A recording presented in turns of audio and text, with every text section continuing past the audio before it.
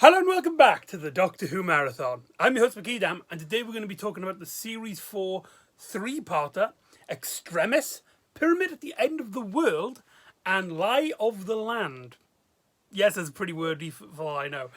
Written by Stephen Moffat, Peter Harness, and Toby Whitehouse, and is directed by Daniel Netherem, who you might remember has directed episodes for the K9 spin-off, as well as the Doctor Who story, the Zygon Invasion and the Zygon Inversion, and Wayne Yip, who previously directed episodes of Class, which we've just finished talking about here on this marathon series. If you want to try them out, I do have all the videos up by now, as you can watch free, like on YouTube. I don't know why I said free.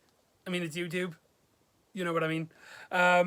Now, the Stephen Moffat era, when it comes to two-parters, has a very unique way of doing it, much more similar to some very rare occasions in the William Hartnell era, where instead of having just a story that's spread out mainly into two sections, but clearly the same story, Stephen Moffat likes to do these stories where each episode could also be kind of self-contained, almost like a mini story arc, rather than a two-parter of one main adventure. And it's strangely enough, one story which Russell T Davies had done, which has done it in this style, is a three-parter, which is Utopia, Sounds of Drums, and Last of the Time Lords. And this story actually borrows a lot of elements of that in terms of narrative structure. There's a lot of scenes, a lot of moments in this story which reminds me of that story, and the whole three-act structure where each episode is a part of this larger narrative, but as self-contained of parts. They've each got their own flavour, they've each got their own unique storytelling aspects that they're focused on throughout the story. Like I said, it's more like a mini story arc, but yeah. And that's pretty cool. I wasn't too sure of the idea of having three different writers. Stephen Moffat wrote the first two episodes, with Peter Harness also writing the second episode as well with him. And then Toby Whitehouse on his own writes the last episode. Interesting creative decision, as well as Daniel Netherem directing the first two episodes, and then Wayne Yip directing the last episode. Again, this story has so much weird creative decisions. It's really strange because nobody talks about this story. I remember the story was one that's been built up. It's a three-parter, seems to have feels like a finale, but it's in the middle of the series. We get some answers that Series 10 had produced. This story reveals who is inside the vault, which is the plot line in Series 10. And after this episode aired, after the story aired, nobody brought it up in conversation. It just kind of came and went. It's really strange. The main focus of the plot is to deal with an invasion with these race who don't actually get named. I do actually really like the fact they don't get named, and there's some really great moments with them. But the villains aren't actually the important part. There's this mystery, there's this building blocks to this. The monks, they are called. They're not really called the monks. It's just what we call them because the characters call them because they resemble monk-like people with the robes and stuff. But they've got these kind of corpse faces, which is a really cool design. Very like the design. But it's clear from the get-go that even though, this deals with a big invasion, the story isn't mainly focused on the villains here. It is the dynamic between our three characters. After the last episode of Doctor Who, Oxygen, the Doctor is now permanently blind. And that clicks in with the first episode, Extremis, where the Doctor basically needs Nardole to insist him. This is where mainly most of the humour comes from. The Doctor gets visited by none other than the Pope in the first episode, Extremis, and actually gets invited to the Vatican to experience this book. I can't remember what the book is called, but essentially, many years ago, this book was found, and everybody who read it died. And there was no translation until many, many years later, which I think was like modern times, I think, if I remember the story correctly. And everybody who had everybody except for one person who translated it, and then they all committed suicide again, apart from this one individual, who we later on learn in another episode. In this episode, I'm sorry, is he's actually trying to spread the word of the book. That's really funny to say. And the Doctor has to be, and the Pope basically asks the Doctor to read it because he has a recommendation from one of the previous popes. I can't remember her name. I don't know if she's a real pope or not. Probably is. Sorry about that. And so they go and recruit Bill, who's going on a date with this woman named Penny. And you can kind of see this kind of awkward relationship with her adopted mother. Is it a foster mother? Who is like, I hope you're not bringing any boys over. And she's it's like, I have a very strict policy against boys. And then Bill's just like, yeah, you should see my strict rules with boys as well. Not realizing, of course, that she is gay. And I do really like these kind of scenes where she's kind of like opening up and she's kind of enjoying herself. This Penny character clearly, even though we don't spend a lot of time, like she's in an episode for like a few minutes in the first episode and a few minutes in Pyramid at the End of the World. But I do like this this flavour we get with this character who seemingly who's quite new to coming out like this, and she's like Bill is basically her first relationship with a woman. Only for the Pope to just walk into the room, speaks rambling in Italian, and then just walks out. I absolutely love that scene. It's absolutely brilliant. And then basically Bill gets annoyed with the Doctor, but the Doctor realizes that there's something. This is absolutely massive. And the main episode's focus then is in the Vatican, this giant library. The library in the Vatican, which is to deal with loads of forbidden truths, heresies, truths not too powerful for any one person to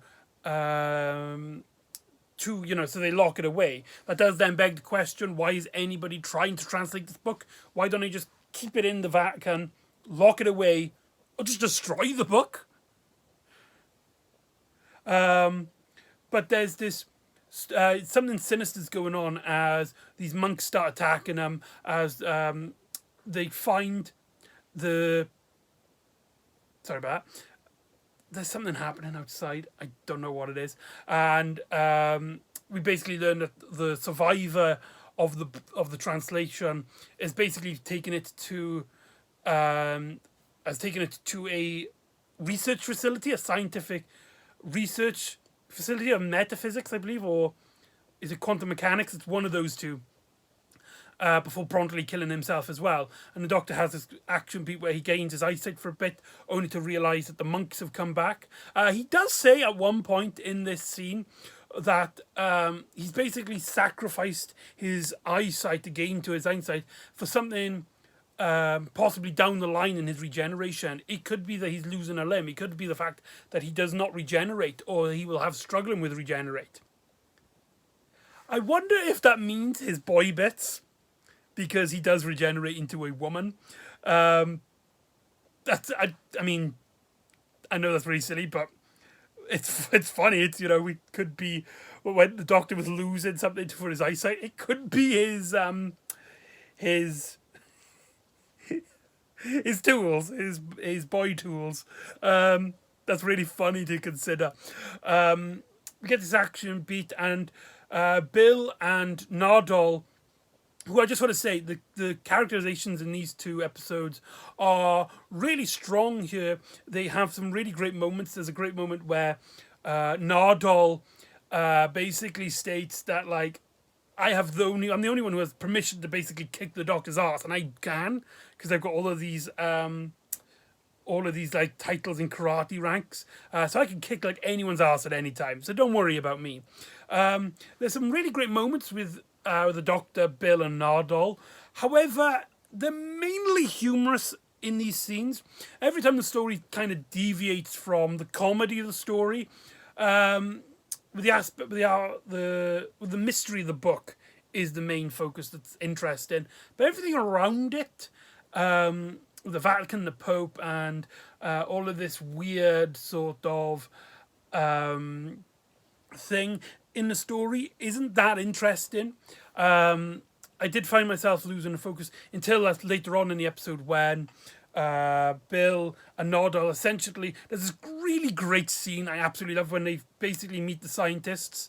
They go through these portals and they meet the scientists, which the previous priest sent the email to, and they're basically about to kill themselves. They're about to blow themselves up, and he's basically revealing them the secret truth. He says just like any random number. Every time I slap the table, just think of a random number. He slaps the table, and they both at the same time say the same number. He does it again. They do it again. He slaps, and it just keeps going. And that scene, I remember watching it and being like, "What the hell? That's really interesting." And later on, Nardole realizes the machines are projectors, and he puts his hand out of the view of the projectors and realizes that he isn't real. None of this is real. As Bill finds the Doctor, and the Doctor basically confesses that inside the book, he's read the book, or at least he had an audio description as he explains to Bill that he is blind, and that the book basically states that this entire world, him, Bill, Nardole, everyone, is just an assimilation. It's not real. The description he uses is Super Mario. It's very strange. But, yeah, and then the description basically is that this world is not real, and Bill gets evaporated by one of the monks who basically state, it's like, right, we're using this world as a preparation. It's basically a massive matrix machine which will predict human behavior, human mistakes, maybe one which would eventually destroy the world.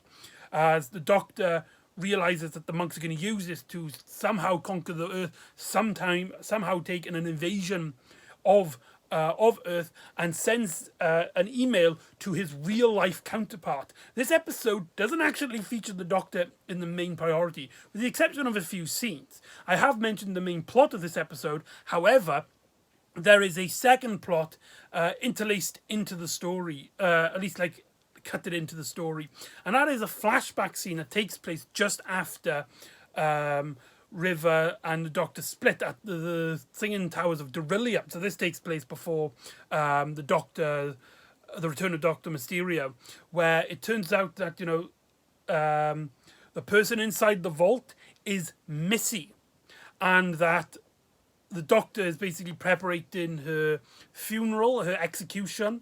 But then Bill comes along, Nardole, comes along and basically explains that his wife wouldn't approve. These scenes, I've really, really mixed with them.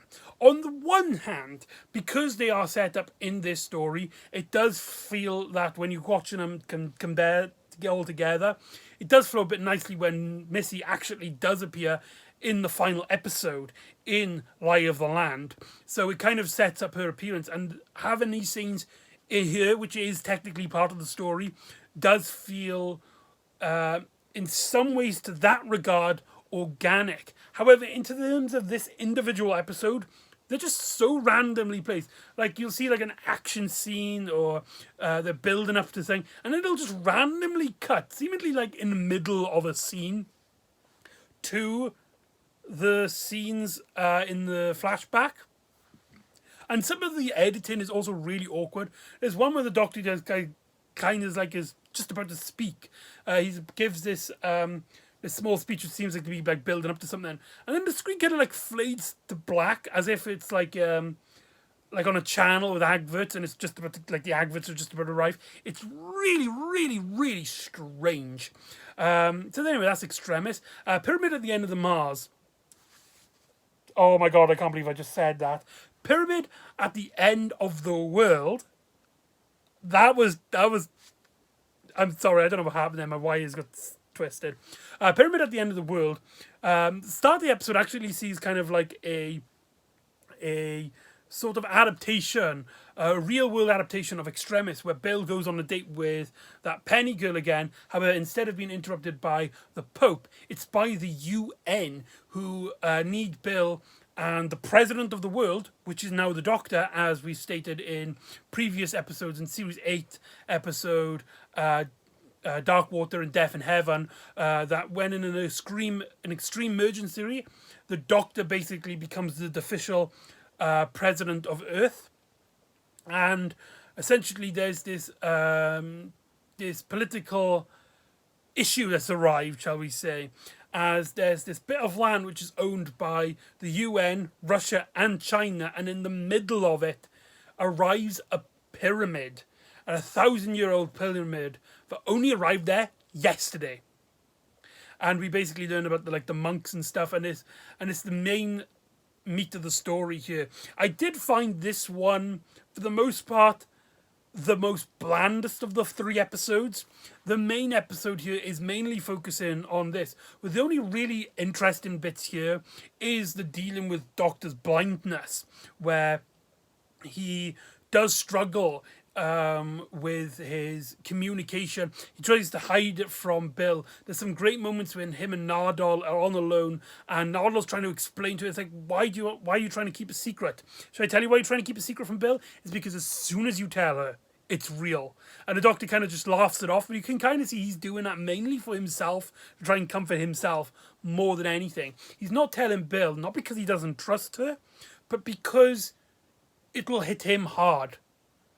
And he doesn't want to accept it. He wants to feel like he will find a way out of this. It'll be another issue that he will just figure out on his own. With telling Bill, it means it becomes real. And that is where the main heart of this episode is.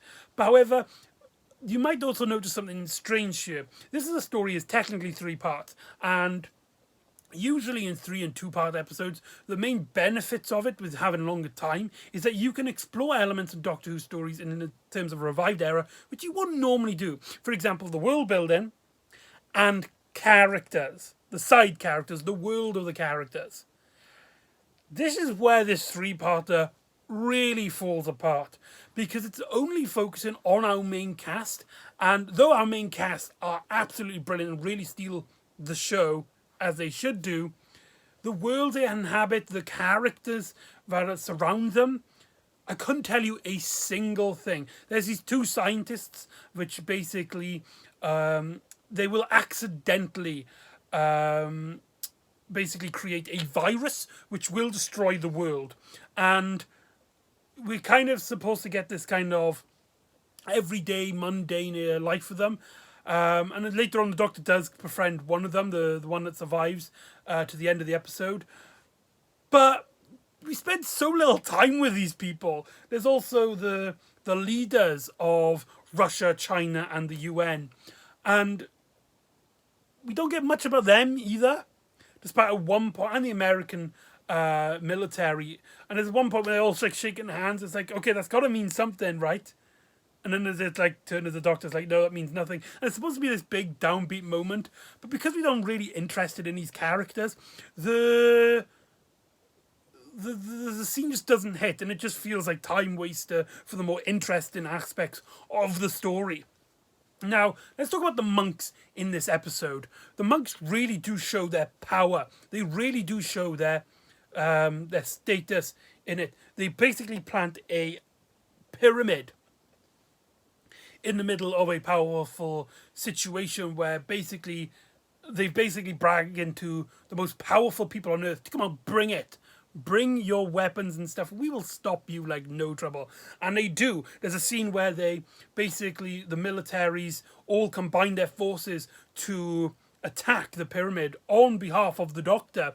And the monks, they just have this like a holding device on their pyramid, which reminds me a lot of the device that Captain Jack uses in the story The Empty Child and the Doctor Dances, where it kind of like hold things in the middle of space, and they can kind of like pull things and push things away. Reminds me a lot of that.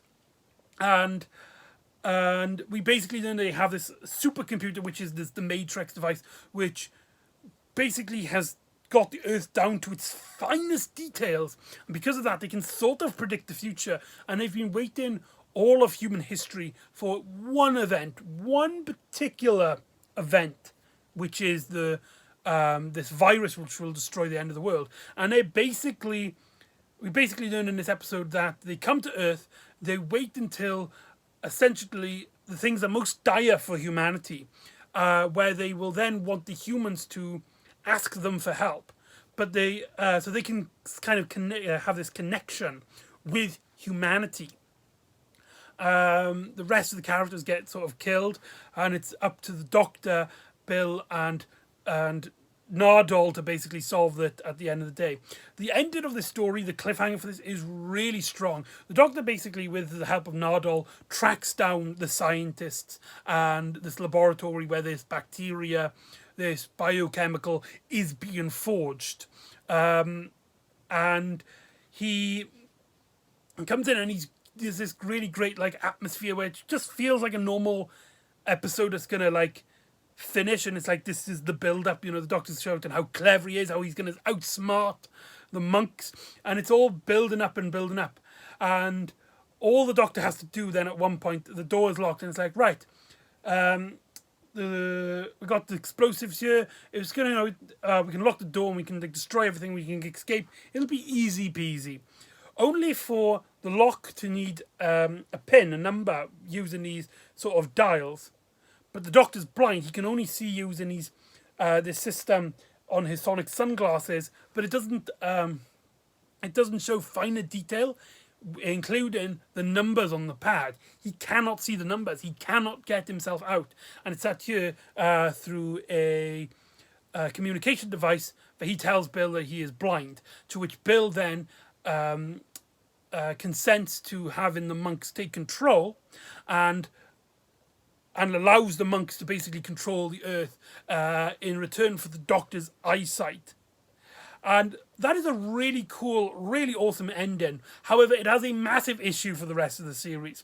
One of the most interesting things about Series 10 is the story arc of the Doctor's blindness. And the fact that it came from one story and then pulled on from 2 more episodes in the next story in this was a very interesting aspect of the story, and a lot of people, including myself, got so engaged with this that we were actually hoping that this plotline would continue on until the 12th Doctor's final regeneration story. After this episode, after the second episode of this 3-parter, his blindness is never mentioned again. He gains his eyesight for the rest of the series. What a massive disappointment. This lends into Lie of the Land, which is the main aspect of the story, which I feel like maybe rips off Russell T Davis's master 3-parter from Series 3, with the world being overtaken by essentially a dictatorship with the military and fake news, which actually like gets mentioned, like the Doctor says, fake news. Politics, great, awesome in Doctor Who. Doctor Who should be political, shut up. And basically what's happened is that the monks have hypnotized people to believing that they have been around since the dawn of humanity, and that they basically look after humans, and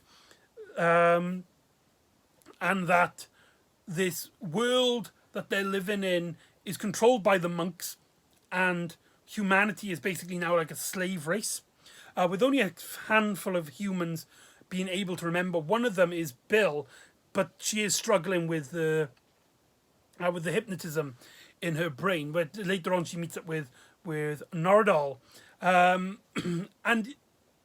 mainly the story's strength is with Wayne Yip's directing. This story feels so grounded in so much elements, so much like it's just so coolly shot. You can clearly tell it's on a budget. There are some shots which do feel a bit stockish, but I feel mainly that is due to budget and less with Wayne Yip's directing. And also the story is dealing with there's so much of visual effects going on. These big statues of the monks everywhere on the earth. And the whole situation where it's like the monks are appearing everywhere and everybody's in these dark, dirted rabs, and it's a cloudy, stormy day seemingly everywhere. But these advertised with these propaganda videos of the monks being implanted in history. And these propaganda videos are being hosted by the doctor, who basically states in these videos that like the monks have always been here, they will look after you, and anybody who is against the monks are the bad guys. It's seemingly that the doctor has betrayed his own race. Now, it's great story, a great episode in terms of directing. For some reason, this story uses this is Gallifrey a lot. Yeah, but I feel like what this story really is let down is the fact, this element of the story is literally just one part of the three-parter. Like, this feels like something which should be spread out at least in 2 episodes, but it's not in one. And what that does is, and it's a big issue in the story, is that essentially one of the big aspects in the story is like it messes up with these people's heads, and that they're hypnotizing and the monks and stuff. And you do kind of, it's supposed to get this feeling, it's like, is it real? Is it not? But because of the time constraint, the story has to basically start off with Bill already knowing that this is a fake world. And the only times like she's been hypnotized, instead of like we have any scenes where she does generally believe this history, whenever she is being like controlled and stuff, we just get these kind of digital effects on the screen, and that's it. It's a crying shame. The first half of the episode is essentially Bill and Nardole going to try and contact the doctor. Also, as well, Bill has this absolutely like love and ambition for the doctor. It's like, of course he hasn't betrayed humanity. He's got a secret plan or something. Which it is kind of, the fact that she has no doubts about it. Like, we never get a scene where she kind of does, maybe the doctor has betrayed us. Until one very important scene in the story. We'll get onto that in a bit. But the fact, like, prior to that, she has no, like, issues, no problem. We never see a single doubt in her mind on whether this is real or not, or B, whether the doctor's betrayed her or not. It means that this story this episode at least, has massive missed opportunities all over the screen. However, these elements I do talk about do prop up in one really important, very powerful scene in which she does reunite with the doctor. Which the doctor, he calls out the guards. He gives this massive speech on how the monks are actually like good. The monk, humanity was regressing, and the only way that was really helping was the monks. Sure, he's not happy about it, and he seems generally like serious about it. It's like, sure, I don't like it that they rewrite history. Sure, I don't like the fact that none of this, that none of this gives humanity free will. However, it does make them safer. It does make them more kinder to one another. And this crushes Bill. But she has this kind of idea. This bit I really, really love, where she kind of gives this idea about this lizard monster in like a space or something. And the doctor just looks at her and is like, this was a ploy. This is a secret message. We actually met the lizard in the ice under the Thames. Basically revealing to Bill anyway that this isn't a hoax. This isn't a thing. The doctor generally believes the doctor has officially betrayed them. And this, Bill just cannot take it, and she grabs one of the guard's guns, and with like so much hesitation, she shoots the doctor, and the doctor begins to regenerate. And it's such a powerful moment. It's such a great scene. And then it turns out the doctor was pretending all along, and that everybody was in on the joke. All these guards were actually deprogramized people by the Doctor, and the gun was a blanks, and the Doctor kind of does a fake regeneration. Wasted opportunity, wasted potential, has this story screaming at its face. But what makes these stories great, what makes these episodes great, is, and I know I'm repeating myself here constantly, is the connections between Bill, played by Pearl Mackie, Nardole, played by Matt Lucas, and the Doctor, played by Peter Capaldi.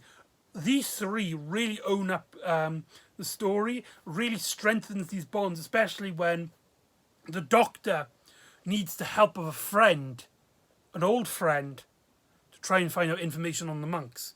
As for some reason he thinks that Missy, the female incarnation of the Master, will have an idea how to stop the monks. And she does. It turns out that she has met the monks before, and she has to stop them before. Essentially, they connect themselves with one human, which allows them their consent with love, which they can use as a psychic connection for the rest of the species.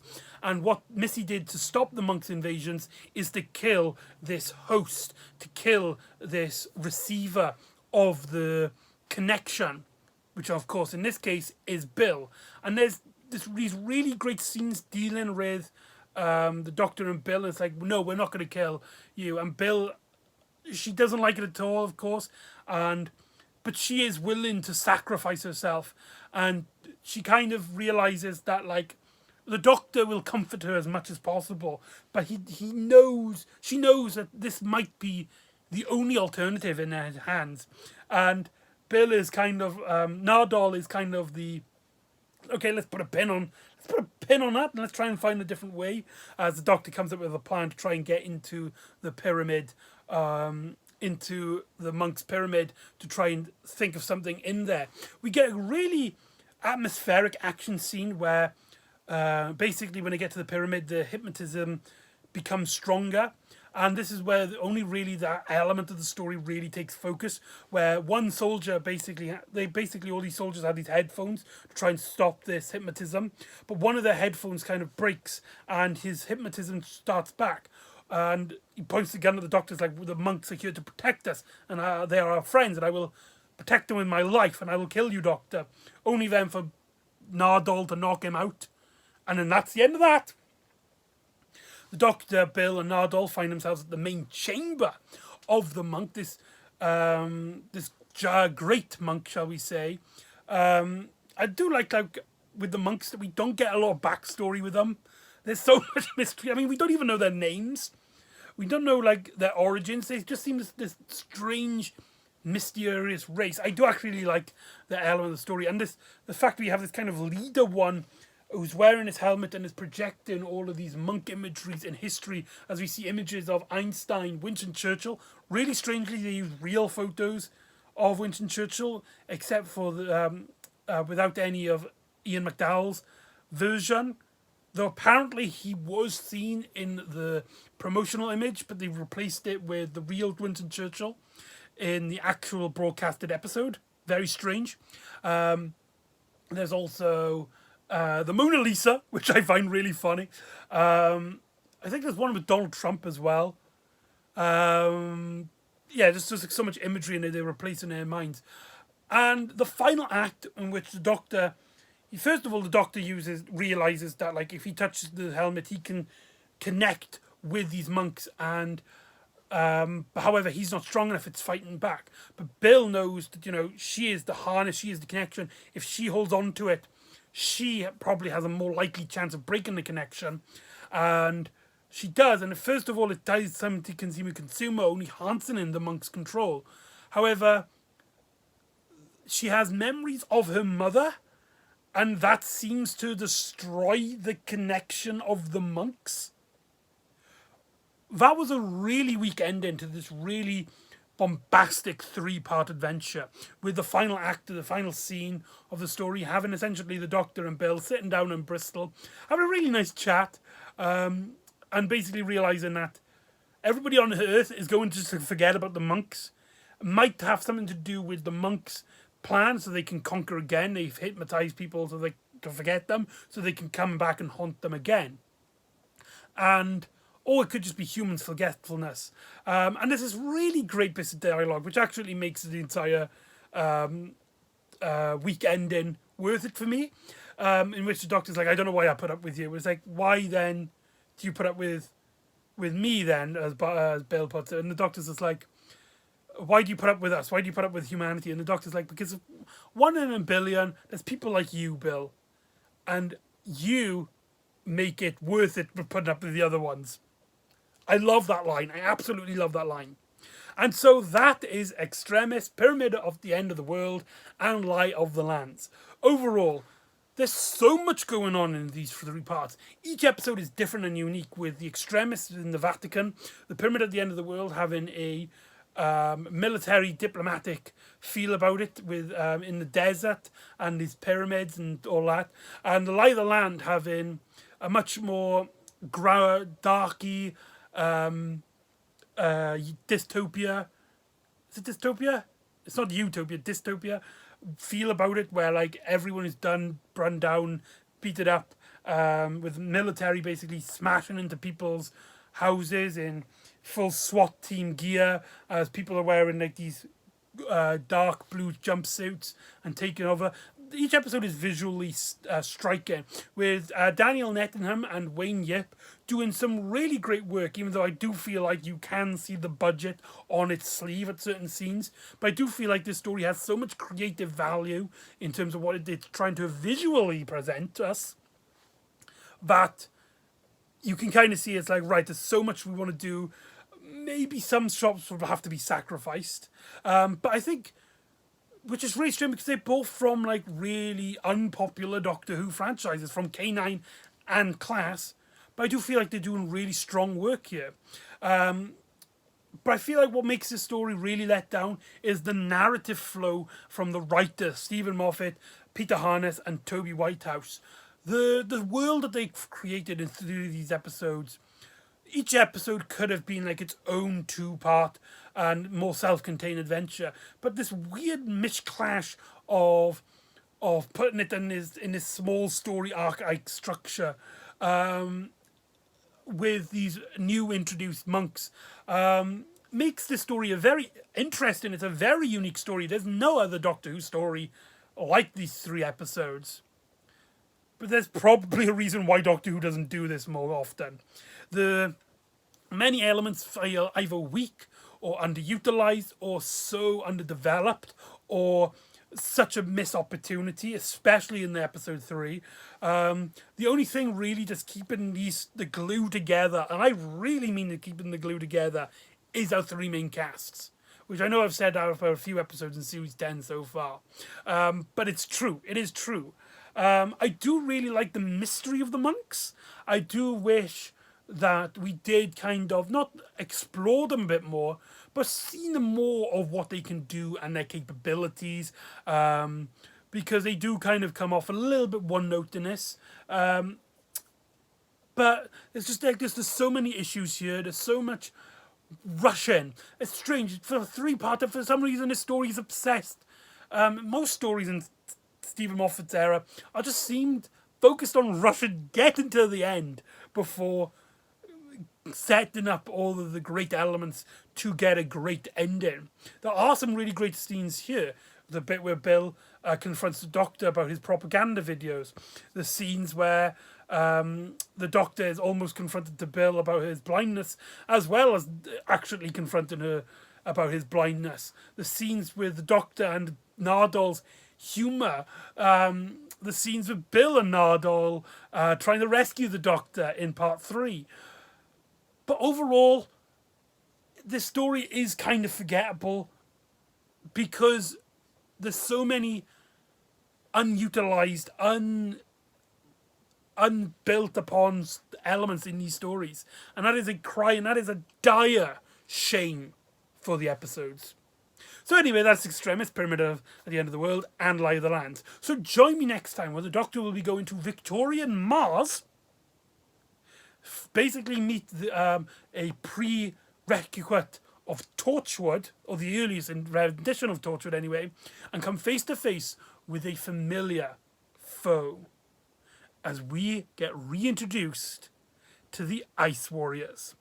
So join me next time for the Empress of Mars. And I'll see you next time on the Doctor Who Marathon. Ta-ra.